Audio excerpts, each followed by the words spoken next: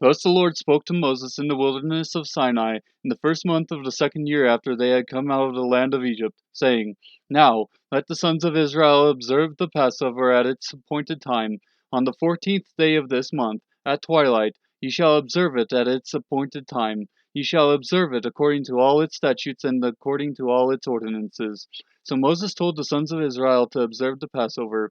They observed the Passover in the first month, on the 14th day of the month, at twilight, in the wilderness of Sinai, according to all that the Lord had commanded Moses. So the sons of Israel did. That there were some men who were unclean because of the dead person, so that they could not observe Passover on that day. So they came before Moses and Aaron on that day. Those men said to him, Though we are unclean because of the dead person, why are we restrained from presenting the offering of the Lord at its appointed time among the sons of Israel? Moses therefore said to them, Wait, and I will listen to what the Lord will command concerning you.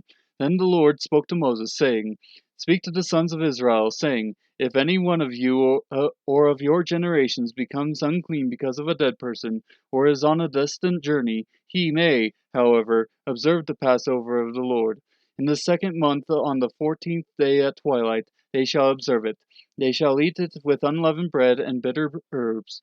They shall leave none of it until morning, nor break a bone of it. According to all the statute of the Passover, they shall observe it.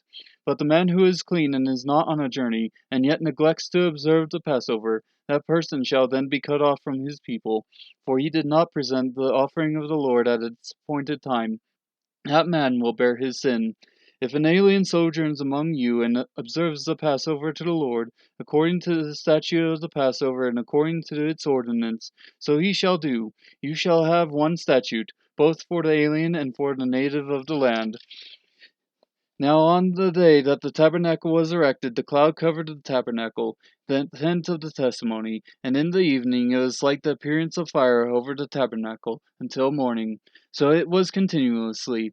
The cloud would cover it by day, and the appearance of fire by night. Whenever the cloud was lifted from over the tent, afterward the sons of Israel would then set out, and in the place where the cloud settled down, there the sons of Israel would camp. At the command of the Lord the sons of Israel would set out, and at the command of the Lord they would camp.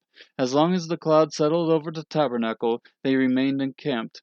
Even when the cloud lingered over the tabernacle for many days, the sons of Israel would keep the Lord's charge and not set out.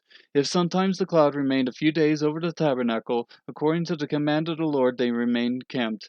Then according to the command of the Lord they set out.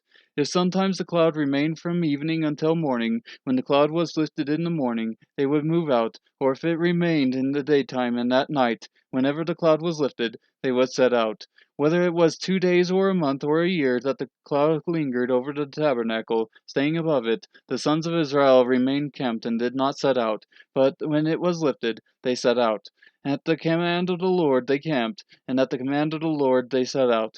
They kept the Lord's charge, according to the command of the Lord through Moses.